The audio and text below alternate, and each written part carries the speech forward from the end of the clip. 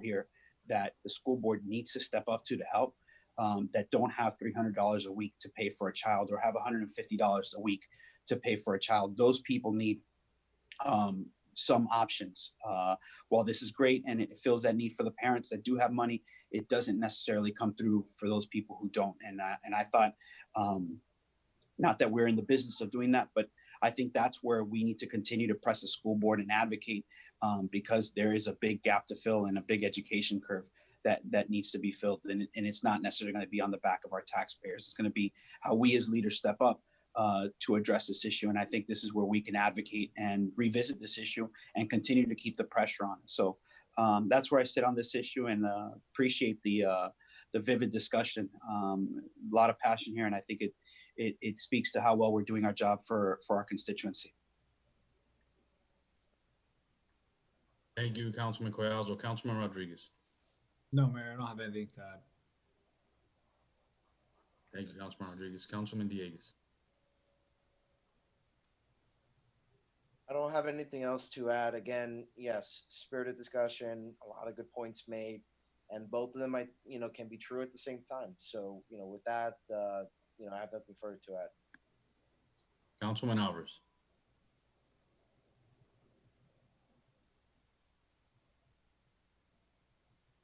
Thank you, Mayor. Yeah, definitely a spirited discussion. You know, obviously it's evident that I'm passionate about education, and children will not have the ability to learn the same way that they do unless they're in the schoolhouse. And one thing that I've learned through this journey of education this past summer and late spring is that everything is subject to change. There's so much uncertainty. I didn't have a bell schedule approved till 2 weeks ago, something that I would have already had. I didn't finalize student schedules till Friday. But one thing that I am certain of, and that's why I'm passionate of this, is finally something has come before us where there is certainty to, that we can provide some sort of supplemental program to help 50 something families in Miami Lakes. And I think if we put a deadline on this, a cutoff time, then I think we are putting a bigger Band-Aid. I think our responsibility as elected officials is, yeah, I agree, to look out for the taxpayers. But something has come before us this evening, like I mentioned before, that we have full control of making a decision. And I won't support that amendment, but if I can make an amendment to that amendment, it would be to extend this program until the schoolhouse reopens to all students in Miami-Dade County schools.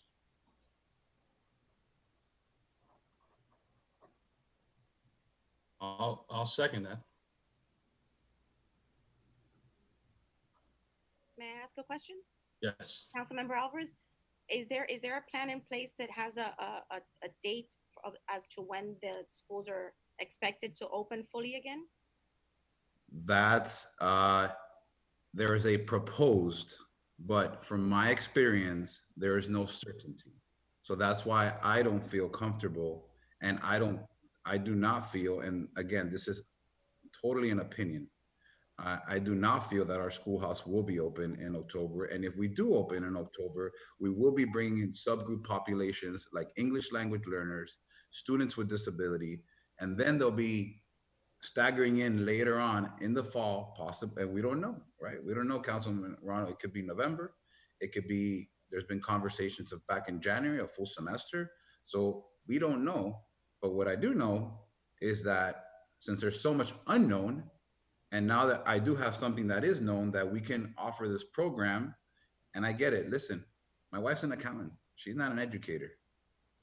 As parents, Mayor Sid is a businessman. You're an accountant. As during this transition also, we've pivoted as parents to be not educators, but academic coach. How many, and your child's older, but my kids are in 4th and 5th grade. And I'm going to tell you that my children have had meltdowns here in front of their screen. So that counselor, they're not an educator. They're not going to go up on a dry erase board or on a clear touch panel and teach a lesson. They're there to provide encouragement. They're there to provide support. They're there to be a backbone.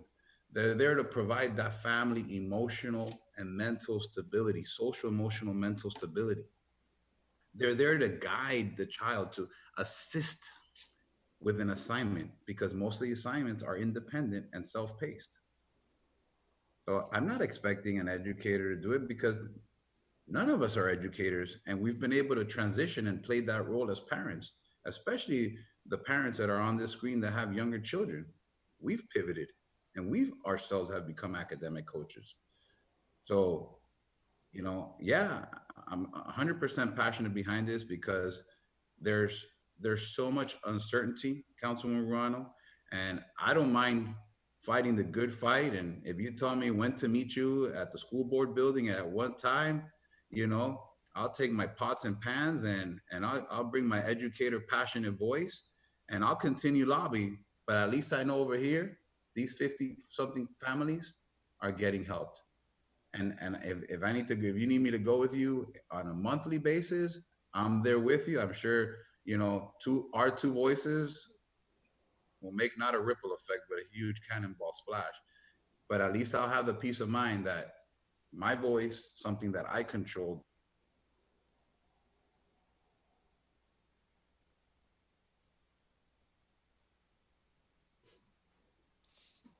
All right, so I think I think you froze.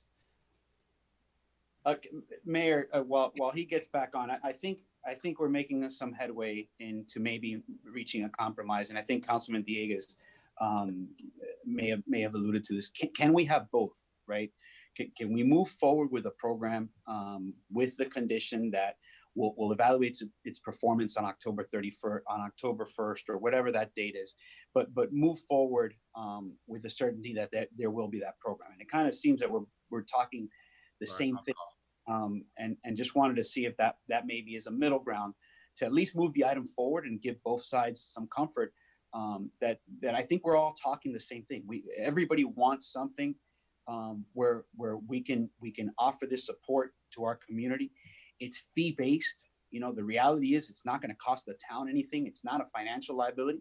But if we can also agree that we want to hold the school board accountable and continue to put pressure on them, I think that will help us kind of move this dialogue forward. I think we're all saying the same thing. We all want the students to benefit. We all want, especially if it's not a financial liability to the town, but at the same time, we want to make sure that the school board doesn't necessarily sit idly by while parents are taking up the slack as well.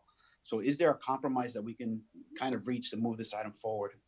I think Councilman Alvarez has returned. I can propose, if I may, I can propose that we reach out to the school board and we ask them if we can perhaps use their facilities to house more children, because if we can have, I think, 9 children per room, and perhaps the YMCA can run a program out of the school board buildings that we're already paying for. And then instead of 54 children, we can perhaps service many, many more. I think that could be something that we can work on between now and next month, and see if that's something that I don't know what their rules are, or what their agreements are with regards to their facilities. But I think that perhaps, if I'm understanding through what the mayor of the county is putting forth, it's not the children having proximity to children. It's perhaps an issue with the union, with the teacher union. It's more a teacher issue than a children issue, because it's not a safety issue, because the children can be in our facilities. So maybe if we can come to an agreement with them where the YMCA can run programs out of the school board buildings, the school facilities, then we can service more children.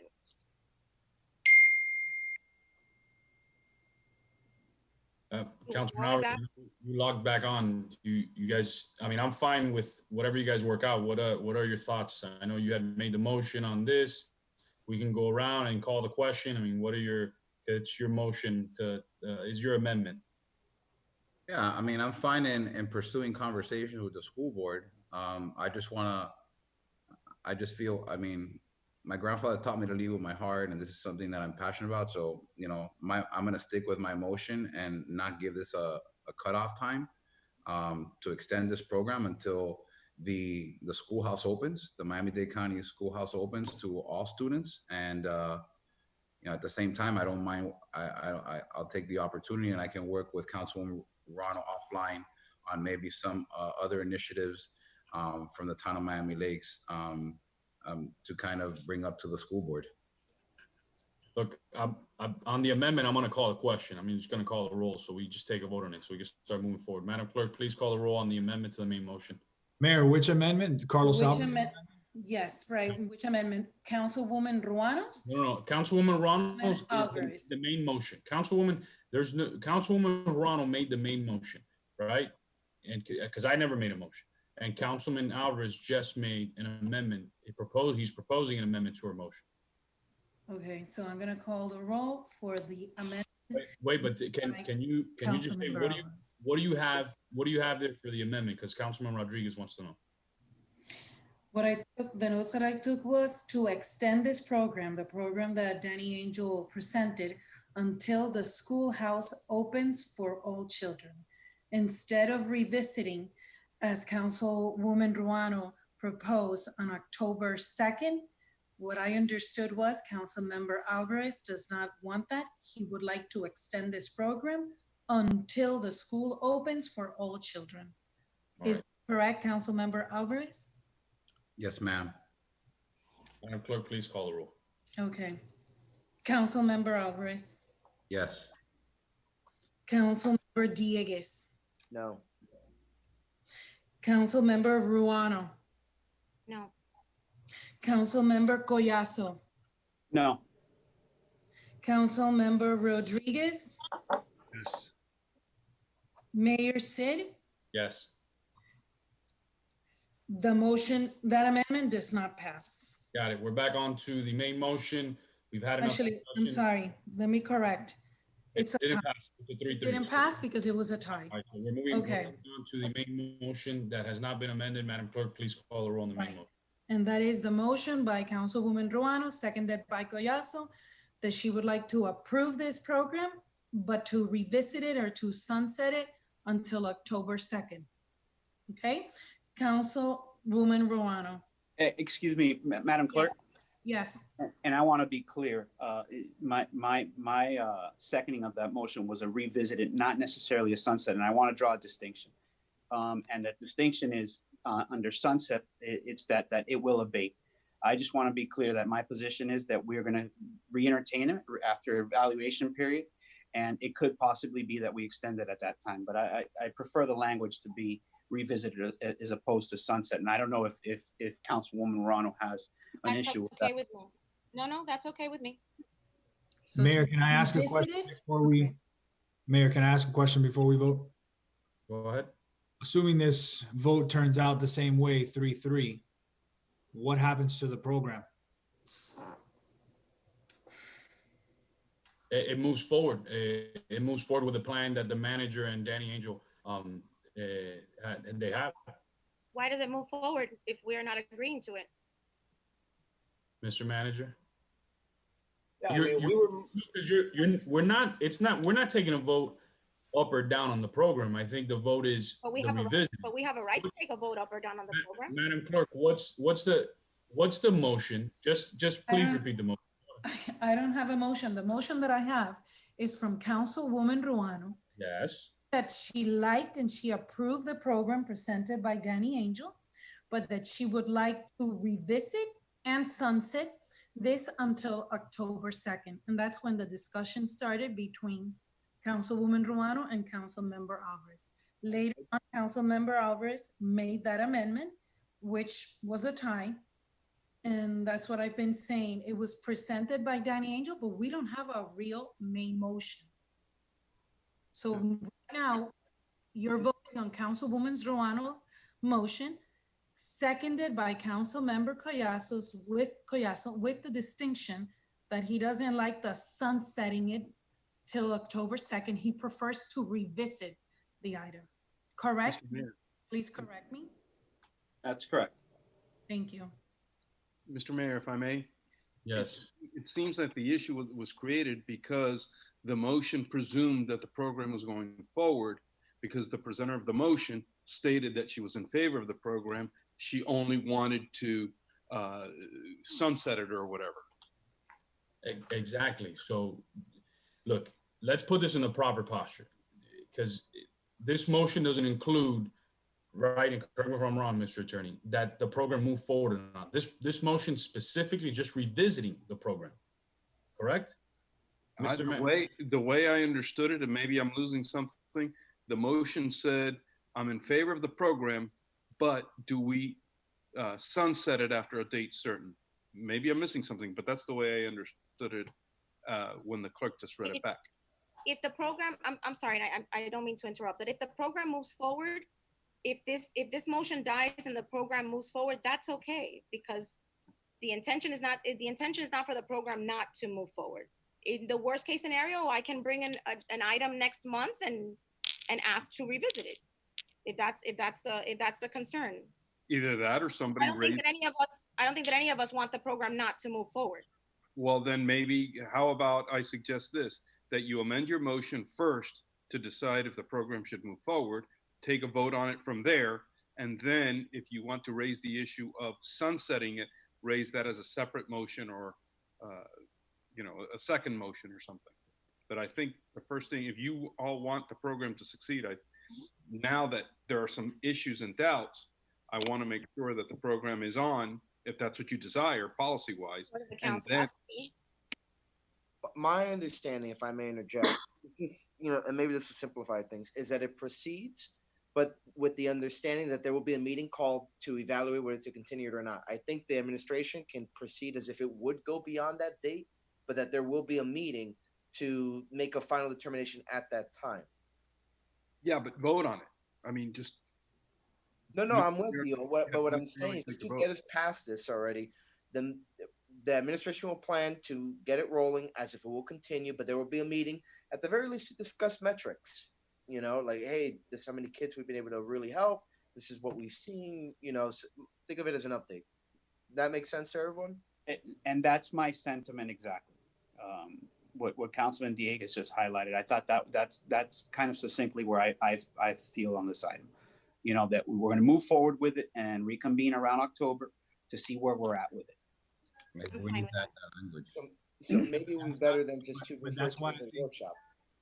I'm sorry to interject, guys, but I think that's why we should follow the town attorney's recommendation. The main motion should be, are we okay with the program?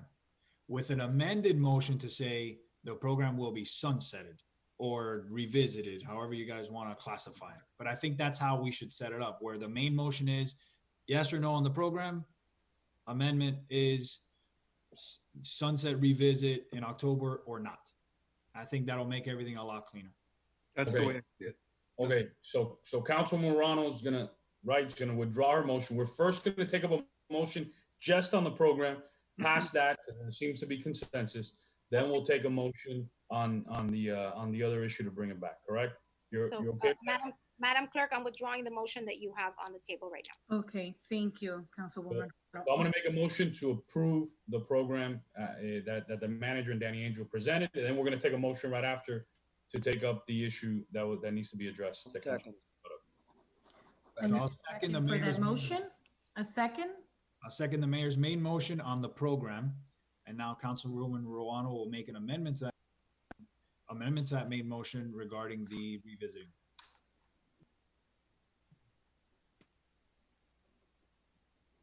Are we going to vote on that main motion, or we're going to vote on the amendment first? Could either or. It doesn't matter. We could vote on this and make another motion. It's just we're on the same topic. I'll put the amendment back up to revisit this for metrics purposes and to see if the school board has any changes at our next council meeting. That'll be my amendment. Okay.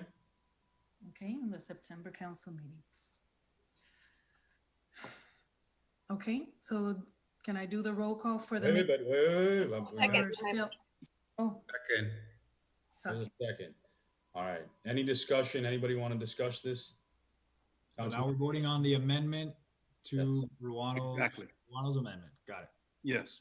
Councilman Rodriguez, Councilman Collazo, Councilman Dieguez, Councilman Alvarez, no further discussion.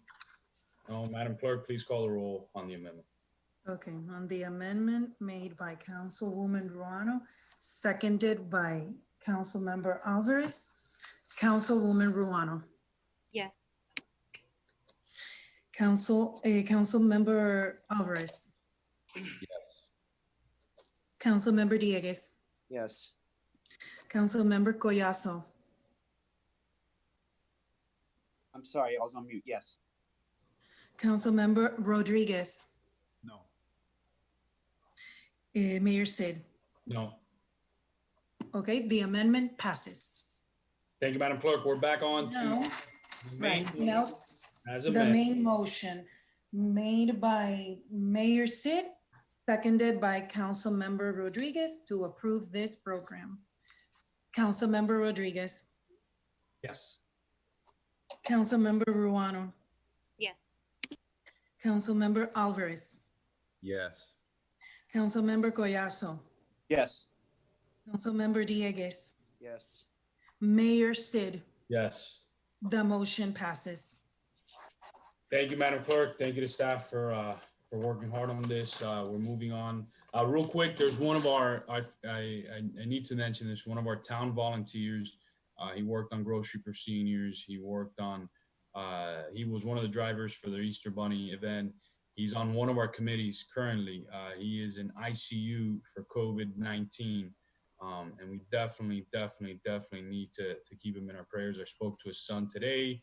And he asked for a lot of prayers. So, please, the council and to everyone else, keep them in your prayers, please.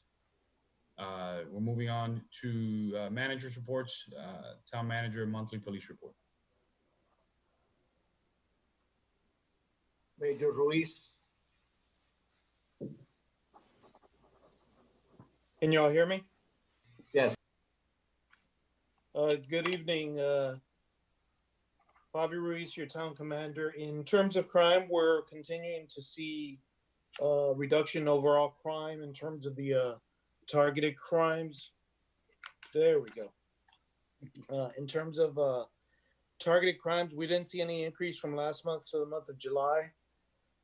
In terms of recent trends, this month we did have a small bit of a spike in vehicle burglaries. This past weekend, we from Sunday night to Monday morning, we had 6 vehicle burglaries in the area of 168th Terrace and 87th Avenue. Basically, you have 2 subjects who simply walk down the residential block and they enter vehicles which are unlocked. Just want to remind our citizens that obviously it helps us out immensely if vehicles are locked and if nothing is left in the vehicle at the end of the night. Despite that spike, we're still down by about 30% in vehicle burglaries for the year. I believe we had 138 to 96 this year so far, and last year same time period we had 138. Obviously, these are active and open investigations. So we've gotten some video from the residents in the area, and our detectives are working diligently to investigate. And obviously, these are crimes of opportunity for the subjects that walk through. They basically walk through and check for vehicles that are unlocked. If they're locked, they're not even bothering to go in. In my household, we have a nighttime ritual where I have an alarm set on the phone where it reminds us to go lock our cars and make sure that the doors and windows are locked in our own house. So just want to pass that along and thank everybody for the information that we've obtained during this time period. But in terms of crime, again, we're low for the month and low for the year. And that's all I have for the report. Just want to touch one other point that on behalf of the MDPD family, we just want to thank Councilmember Collazo and the council for the item concerning Lieutenant Gregorish. It does mean a lot to us, and we will be sharing that information with the union as well, so that they can have representation at whatever it is that eventually happens with that. And we'll be monitoring that as well and helping in any way we can. And with that, I'll open up for any questions or comments. Council, any questions of our town commander? Just jump right in, Councilman Corazzo. Or any No, comments? no comments. Just want to thank him publicly. A couple constituent issues that he has assisted with regarding speeding and a traffic light at Windmill Gate. Appreciate the response that he gave on those constituent complaints, and not just him, but Lieutenant Gonzalez as always, and their ongoing efforts on the weekly food distribution efforts at the Methodist Church have not gone unnoticed. And just wanted to thank them publicly for their efforts. Again, going beyond the call of duty and what's typically asked of them. So we appreciate them and just wanted to thank you, Major Luis. Absolutely. Thank you. Hey, Councilman Rodriguez. Thank you, Mayor. Major, as you know, you referenced the burglaries that happened over this week. I spoke to a couple of the residents. They wanted to thank you for having your detectives go out. I know that they went out recently and discussed the issue with all the residents and started knocking on doors in the area to see if they can get any information. So thank you for doing that. The other item I wanted to discuss was relevant to the mayor's item on speeding on 87th Avenue. We've seen a lot of a huge increase in speeding in that area. Is there anything that we can do to focus on maybe tamping that down? Or Absolutely. And with 87th Avenue, we've received complaints and concerns from the citizens for several years now, since I've been here. And obviously, geographically, it's a huge connection between PSN and Hialeah. It's a big roadway that bridges a gap that allows people to hook on I-75 on the north end. And it's always been an issue since I've been here. We have constantly had units and made it a priority, especially on midnights. In the past year alone, we've written over 350 citations. The overwhelming majority of them have been for speeding. So we are conducting enforcement on that road. We also like to have on midnights, and a lot of people don't see it because it's in the middle of the night around 2 a.m. or 3 a.m., but we'll post officers in the median there with some lights or sometimes without the lights just to capture the speeders. But it's great. It's one of the areas that we hit with enforcement. It's on our rotation, specifically because it's kind of like the entryway there into both Royal Oaks areas there. And we want high visibility on our officers in that particular area. So we've heard the concerns from the citizens. We've heard the complaints from them. We're definitely taking action on it. We are stopping people. We are posting officers in that area. We are conducting traffic enforcement, and we're going to continue to do so because we know that's a huge thoroughfare there for people to go up and down. I wish I could place somebody there 24 hours a day, 7 days a week. But we we kind of have to answer calls and put a couple people other places but it's definitely on the rotation, definitely a priority for us. Excellent. And going back to the area that we were at where the robberies or burglaries took place, I had issues from certain residents on the 169 Terrace and 89th Court. There's a basketball court back there that's sort of part of one of our smaller parks. And the residents in that area have been complaining about, there's been certain groups of individuals that are out there pretty late at night, maybe doing things that they shouldn't be doing. So if you guys can, drive through there and make Absolutely. sure that it's something that we focus on, because the residents in that area are not happy with the element that they're getting at that basketball court at really late at night is what the issue is. Absolutely. Thank you for bringing that to our attention. We'll definitely include that in our high visibility patrols of the area. And you guys are our eyes and our ears. You get a lot of questions from the citizens because they always ask you questions. So always feel free to forward those to me via the town manager so that we can address them, as you guys have been doing for several years now. and let the citizens know when they point those things out to you that they can always call the 3054 police number and remain anonymous. You don't have to give your name. You can simply say they're a bunch of kids, they're smoking drugs, or they're a bunch of kids doing in violation of the COVID thing, whatever it is that are doing something here, and let us know, and we'll at least drive by and check them out and see what's going on. Perfect. Okay. Thank you, No, sir. thank you very much. Thank you, Councilman Rodriguez. Councilman Dieguez. Nothing? Okay. Sorry, my screen was acting up a bit. Yes, it was all just to say that. Nothing. Got it. Thank you. Thank you, Councilman Dieguez. Councilwoman Ruano. Thank you, Mr. Mayor. I have no questions for the major. Is Councilman Alvarez on? Yes, I'm on.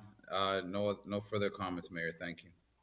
And this one's more, but in line with what Councilman Rodriguez said. Mr. Manager, why was the decision made to leave the only basketball court that's available to play is the one at Sevilla Estates? Why did you guys leave the rim on there when you took off the rim at most of the other parks? But that's packed every day. There's people playing 4-on-4s there, 20, 30 people every single day. I've reported it to staff already, to you guys in the past. But why is that rim still up?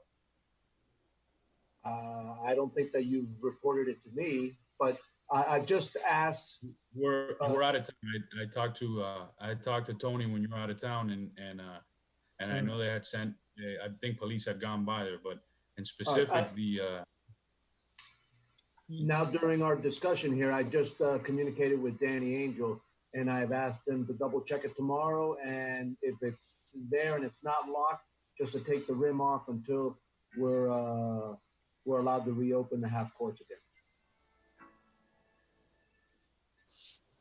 Listen, for the record, I'm in favor of reopening our courts. I know the county's done a really good job of monitoring them and stuff, but I know there's an issue with transmission of COVID, how close people. I mean, I play basketball all the time, play and stuff like that, so I know that issue's still there. But just the Zoom hearings for the 5-minute motion calendar, so I don't have to drive there for 5 minutes. Got it.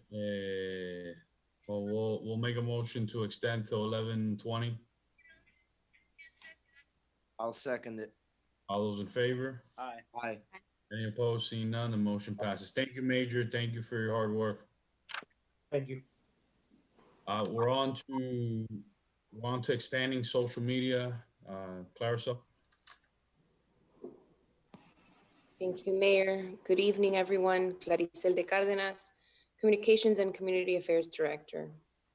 On behalf of my department, the Communications Department and Community Affairs, Brandon Diaz will be providing you with a presentation on the status of the town's media efforts and our plans for expanding. Brandon, take it away. Hello, everybody. Can you hear me? Yes. Good evening, Mayor, Town Council, Manager, Town Clerk, Town Attorney, and members of the public. My name is Brandon Diaz. I'm the Marketing and Digital Services Specialist for the Town of Miami Lakes. It is my pleasure to be presenting on the behalf of the Communications and Community Affairs Department, the Town of Miami Lakes Expanding Social Media Report. This report is a compilation of data and insights from January 2018 through August 2020. It will provide more insights into the town's social media accounts and give details into the town's future digital marketing efforts.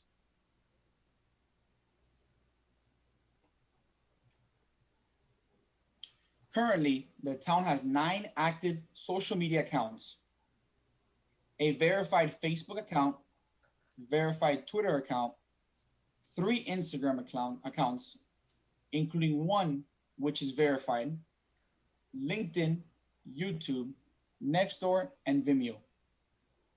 In terms of brand development in today's digital age, social media is an essential tool in any municipal marketer's toolbox.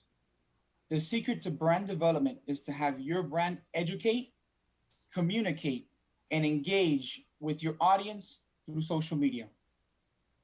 Every brand should be represented consistently across all social media networks through the posting of relevant, high-quality content. With social media, we first aim to gain residents' trust, build loyalty, and ultimately advocate for our town and its services. Simply put, it is vital for our town to have brand trust within our community, for our residents to trust all governmental activities and communications. The public's perception can make or break a local municipality's ability to communicate with its residents.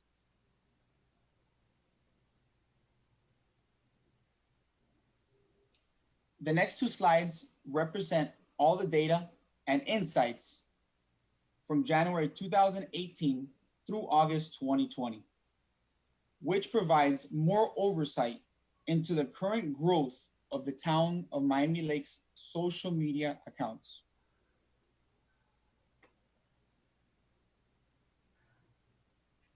All the data included on these slides originated from our social media management software program. Are there any questions so far? Yes, Brandon, can you remind me again what impressions are?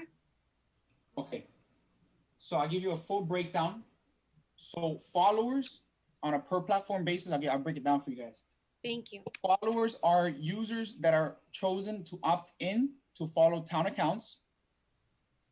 Impressions count for any unique user that has seen any piece of content on our page.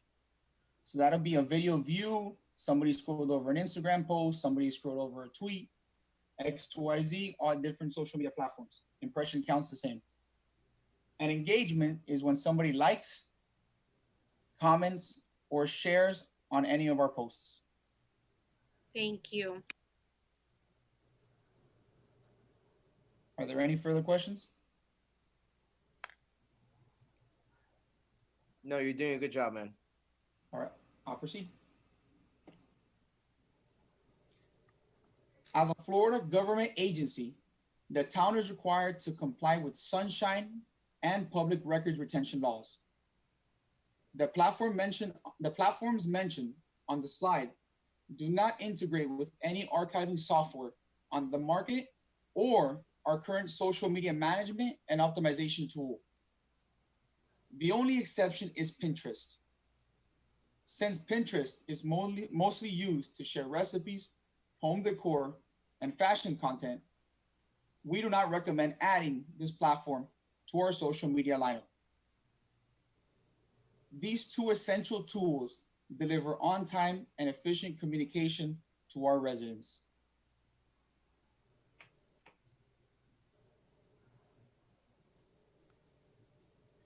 Video content is ever increasing in popularity. Research shows that it's becoming one of the best marketing mediums, easily accessible to a broad audience. Video is informative, easy to digest, and convenient. This content preference is the biggest reason why video keeps increasing in popularity and demand. We are focusing our future content marketing efforts on creating Instagram Reels and YouTube videos.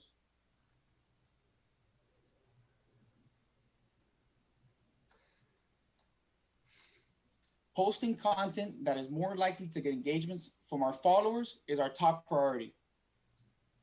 Our plan for the future is to incorporate video content to drive engagement, utilizing YouTube videos, Instagram stories, and Reels to highlight town department functions and projects on all digital channels, create video content for the town's Roku TV channel, while also planning the creation of our Apple and Amazon TV channels. We will continue to focus on driving traffic to the town's website from social media via the swipe up feature on Instagram stories, and listing the town's website link on Facebook and YouTube captions. Based on this information, we plan on utilizing posts that feature events, meetings, volunteer and sponsorship updates, highlight town department functions and projects, and other town news and information. Thank you for the opportunity to present this report to you all this evening. I am available for any questions you may have.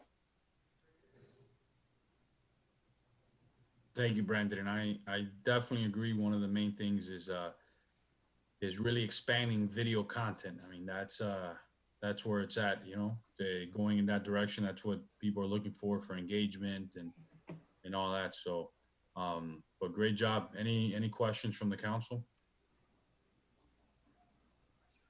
If anybody has any questions, just jump straight in if you'd like. If not, we're. Hey, Brandon. Quick question. Do you have internally, do you guys have a pattern that whatever you post on one social media account, then there's other social media accounts that will also, you know how you have the opportunity to, like, if you post on Instagram, it'll pop up on your Facebook and it'll pop up on your Twitter. Do you have that setting like that where, you know, everything you might post on one of those social media platforms will post on others, or you're just selective of what you post on what platform? So that's a determination in terms of what content is going out. So we have our social media marketing tool that I mentioned in this presentation. That's a determination based on our content calendar that we create internally. And we schedule posts out with time in advance. So we don't do posting the same days. We schedule out content in advance. The same content that may go on LinkedIn may not be the same content that goes on Instagram, or the same content that goes on Twitter may not be the same content that goes on Facebook, and vice versa. So we definitely do have a strategic approach to content. We don't just grab a post and shoot it everywhere. Got it. Okay. Do you have I guess the answer is yes. So you have a social media marketing campaign where, like, you'll do specific, like, you do, like, strategically month by month, like what you're going to post, what you're going to target, what kind of images you want to put out there? Correct. So Councilman, to answer that question more direct. So the way we handle it is we have overarching marketing goals that are the larger, higher end goals. Just to give you an example, I'm gonna give you a specific example in terms of the census. I had campaigns going out that was an initiative by Councilman Dieguez. That was a 6-month campaign. So back, I would say probably 5 months back, we had content going out all the way to the month of August and September. So that's to kind of give you an example of the type of scheduling and promotion that we do over time, thanks to the social media marketing tools that we have internally.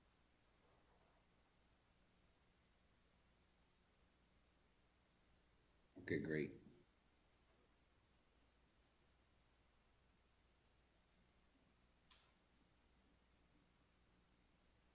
Any other questions of Brandon, council? Do you need some direction from us, Mr. Manager?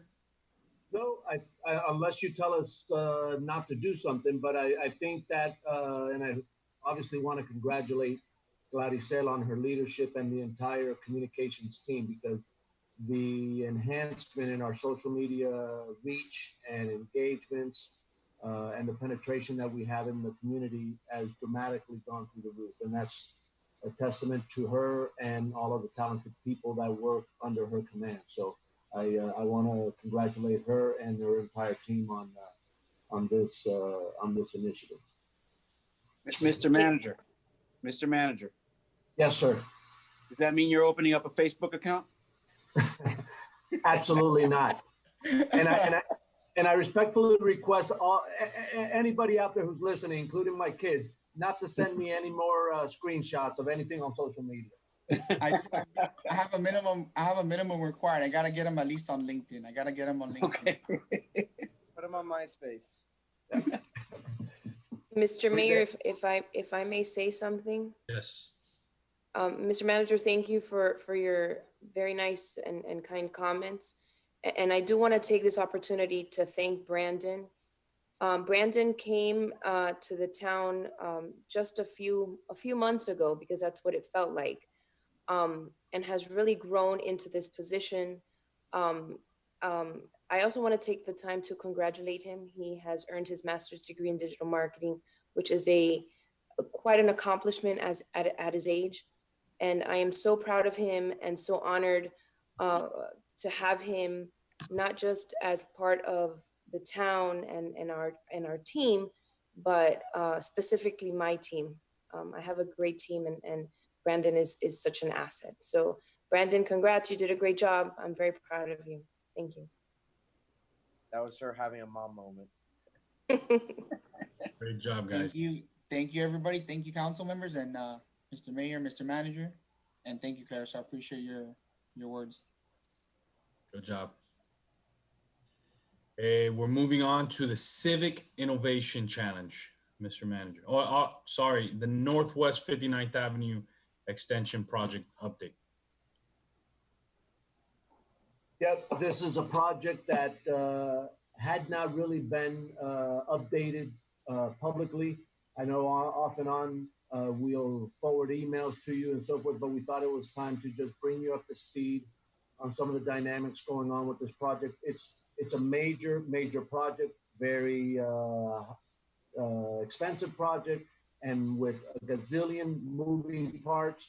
And we have a team. In fact, we actually have a recurring, I think it's bi-weekly meeting with the key players on that project, just to make sure that the project continues on point, because there's so many moving parts, and some very complicated, some dealing with other entities, bureaucratic entities. And our team has done a great job keeping that on track to make sure we meet our time constraints, especially as they relate to the FDOT grant that has very specific time constraints. So there's one key portion of this is going to be the land acquisition portion. I don't want to steal Lorenzo's thunder, but there's 4 components to land acquisition, and I'll turn it over to him so he can detail that, and then I'll give you the follow-up with some of the other elements dealing with this project. Good evening, Council, Mayor, and staff. Thank you, Mr. Manager. Really quick, many of you know about this project. We've been working on it for some time. And one of the things that's really coming pretty much full circle is the actual taking of the property, the eminent domain. One thing that we had to do was do a appraisal of the property. The first appraisal didn't take into account certain aspects of the property, and we had to reappraise it. That's already been done. A letter has been sent to the landowner, and an offer has been extended. He has until Thursday of this week to accept. So far, we haven't heard anything. At that time, we'll be sending him another letter asking him again to take over the property, and at that time probably be ready to file whatever documents are necessary in court in order to be able to start that eminent domain process. And we're looking at instead of moving with a slow taking, moving to a quick taking. What that entails is that we go into court. We prove that this is for a public purpose. It's a road right of way. We have necessity in order to have connectivity between the south side of the town of Miami Lakes and that north east corner, and be able to connect it via the road. There's no other connection other than 57th Avenue. So it is likely that the court would grant us, or would find that there's a public purpose, and then would allow us to take that property. Then the other portion would be the actual settling as to the price, but that would continue on, and that would be separate from the actual taking of the property.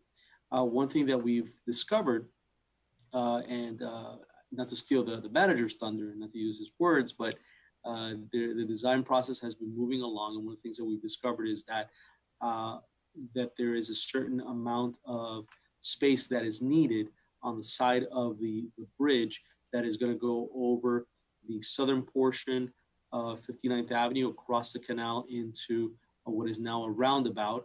And that roundabout abuts Caterpillar and abuts the school right currently.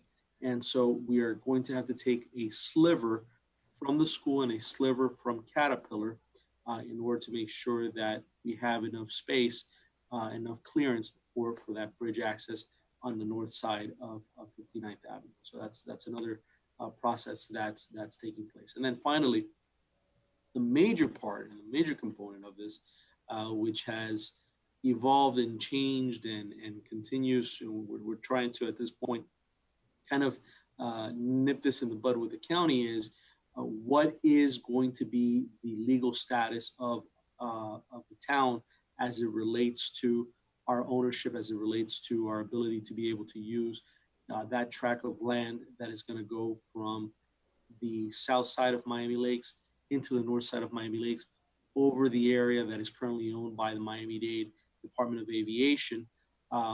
We wish to have an easement. We wish to own all rights, and for that to last forever, ever, and ever. The county doesn't feel the same way. And so we're stuck in that, argument in which we are trying to find a happy medium between the county. The county feels that they wish to retain a right over that area. That area is a protective zone for planes that are landing on Opalaca. And they wish to have a license type of agreement where they can rescind it if certain things were to occur. And of course, we desire for that to be a land that would not happen, and it would be we would be able to own it in perpetuity. And so that's where we are right now. We've had several discussions. We've been moving that up the food chain, and so we hope to be able to resolve that soon. The manager's been good in helping us push that matter forward. So that's where we are as far as those takings. And I don't believe that I've missed any point, Mr. Manager. I think you touched on all four, and those are the four land acquisition issues, and they're all very dynamic, as Lorenzo explained. One is with school board, one's with Dade County Aviation, one's a private taking, one's a private entity that's been super cooperative. So it's been far from easy. It's very complicated, and that's why we're having those bi-weekly meetings to make sure everybody's on the same page. The project manager, the legal side, the design team, everything it's all on the same page. So thank you, Lorenzo. The second thing I wanted to touch on just was budget. We're on budget. So far, everything is meeting our expectations. The one piece that we're still working through, which is the road impact fees that we've requested from Dade County. We believe everything there is running smooth. Dade County has a process that we have to go through, and we're working our way through that. For the road impact fees, that is one element of the funding for that project. The other issue dealing with budget, and I probably mentioned this to you individually, is the one piece of any project, not just this one isn't unique. The any piece, the biggest piece of any project that worries me always is construction. And it seems that whenever we bid projects out, whatever estimates we've developed, whether they're recent or sometimes they're 4 or 5 years in the past, construction always surprises us, the cost of construction. So what I've asked our team, and today we heard the mention of the Auto Mall parking garage, the amount of mobility fee being generated. What I've asked our team to do is we're not using mobility fee for anything else. Any new project that derives mobility fee, I'm putting it away to set up an internal cushion so that when we get to that point in this project that we bid out construction, if we do have any surprises, we're going to have internally already the cushion developed to be able to apply that bank of mobility fee money towards any surprises on the under construction. So that is something that I've asked our team to make sure we do, because I don't like surprises, and construction always seems to be the biggest question mark and the surprise that always gets us. So As far as design, the actual design of the roadway 59th Avenue is, it's reached the 60% mark. Stantec Consulting is the firm that is doing that for us.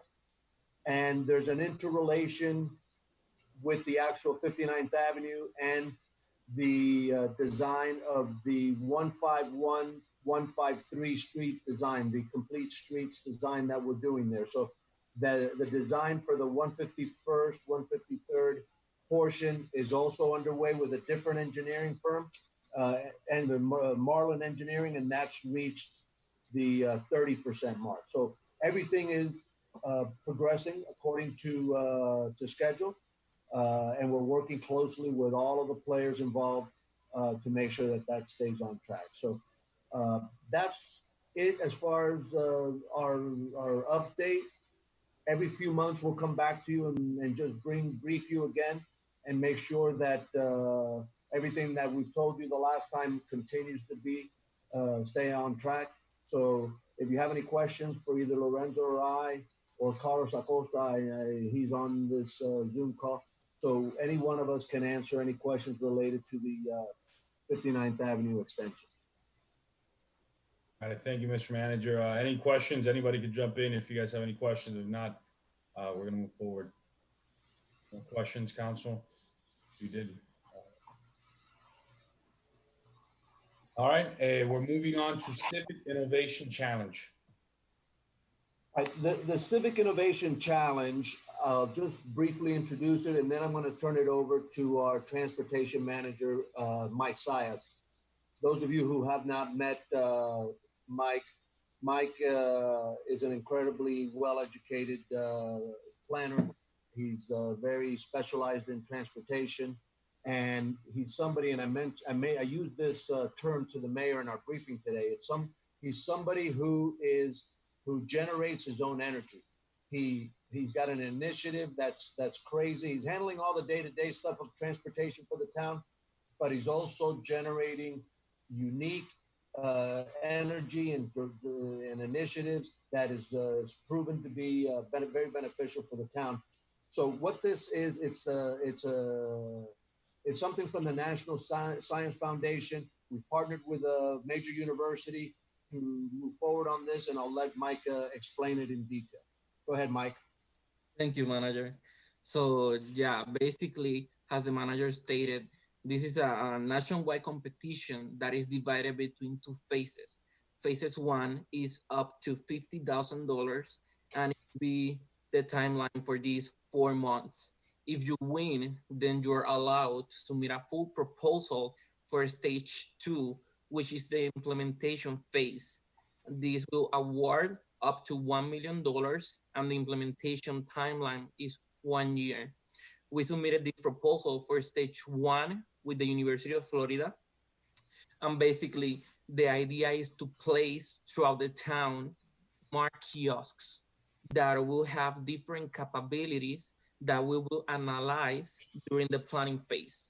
One of which will be to look the potential feasibility to connect these smart kiosks with freebie. So basically, when a pedestrian is outside, if they don't own a smartphone nor a phone itself, they can still request a ride from freebie.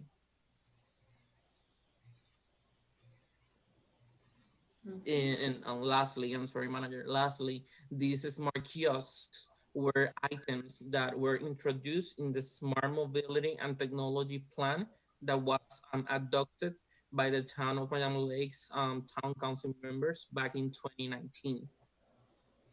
Thank you. Yeah, and I just wanted to point out, because that's always a concern, some residents and council members, this program, there's no town match involved. So if we're awarded, it's fully funded. The staff from the University of Florida will come. Really, the major investment, which is significant, is that our town staff will provide assistance to the University of Florida in the research phase, and the majority of that will be time dedicated to this research by Mike and Renee and some other players there. So that's the benefit. Potentially, we can get these smart kiosks, and it could be up to as much as $1 million to implement the thing if we're actually successful in our award. And we'll entertain any questions if you have them. You don't need any action from us, right, Mr. Manager? No, it's just to bring you up to speed and let you know that this is out there. And as this progresses, we'll come back to you again, similar to what we did with 59th, and just brief you again in a couple months and let you know how the research portion of this plan was going. And before we go any further, I know there's several of you. I already see it over Councilmember Dieguez's shoulder.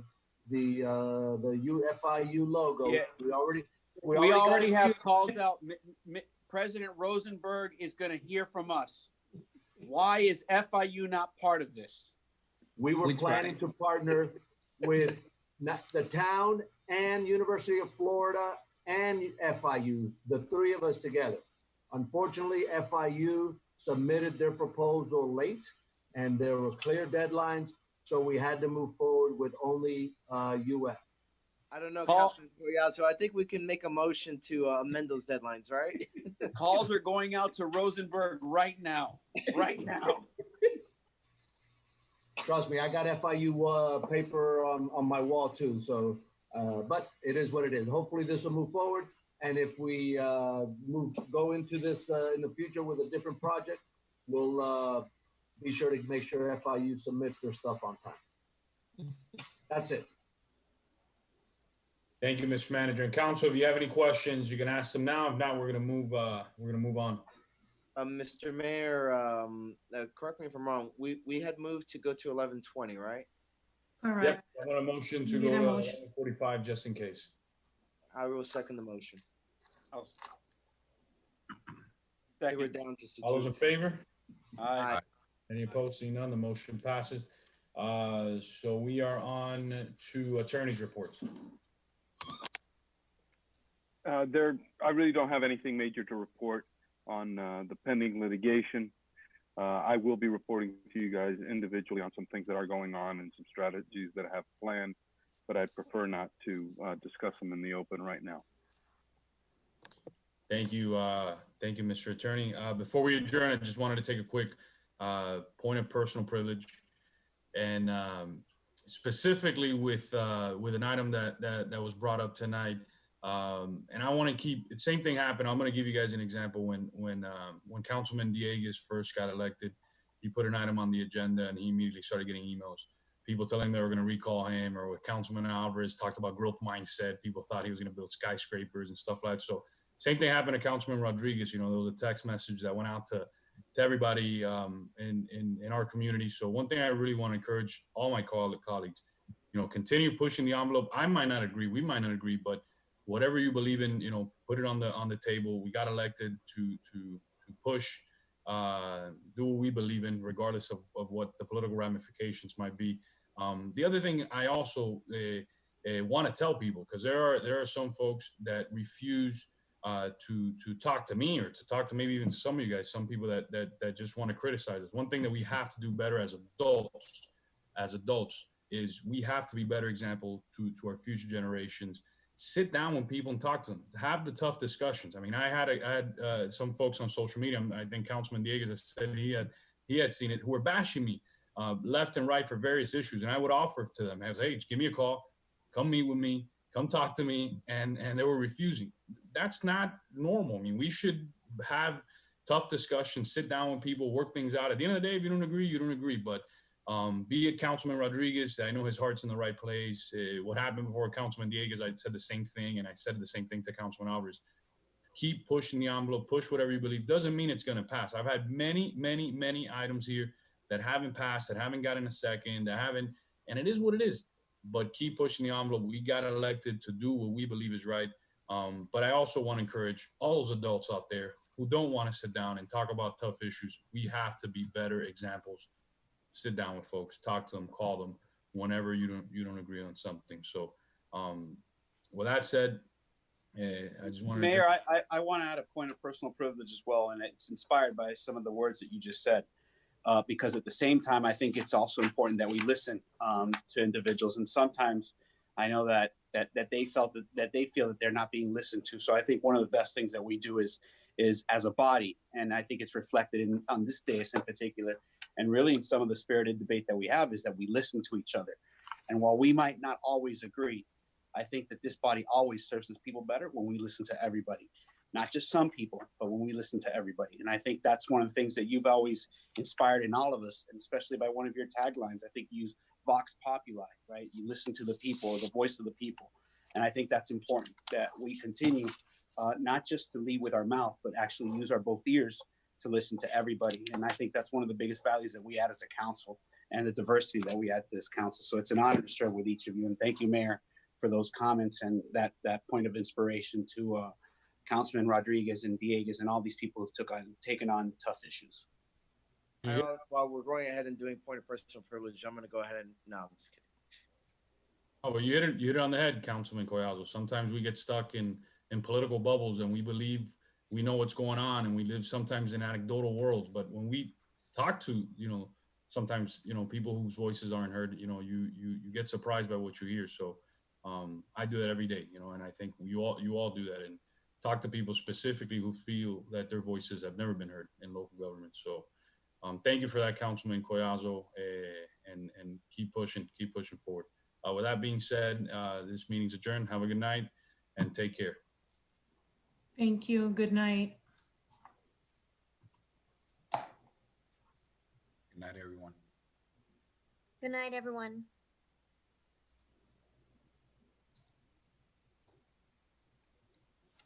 Bye, Gina. Thank you, Herman. Good night, Gina. Good night, everybody. Good night, everybody. Good night, guys. I'm proud of you Night, guys. people. Bye, Melissa. Susana. Hi, Gina. Good night, people. Susana. Good night. Who's calling me? Sale Rosa. I dear. love that picture. Herman, you stop recording, right? Yes, sir. We Yes. still. Yes, behave. You only say hi. Professional. That's Michael, all we say. you did well. It was my first one, so Good grit, my dear. good night. Bye, Good guys. job, dude. You did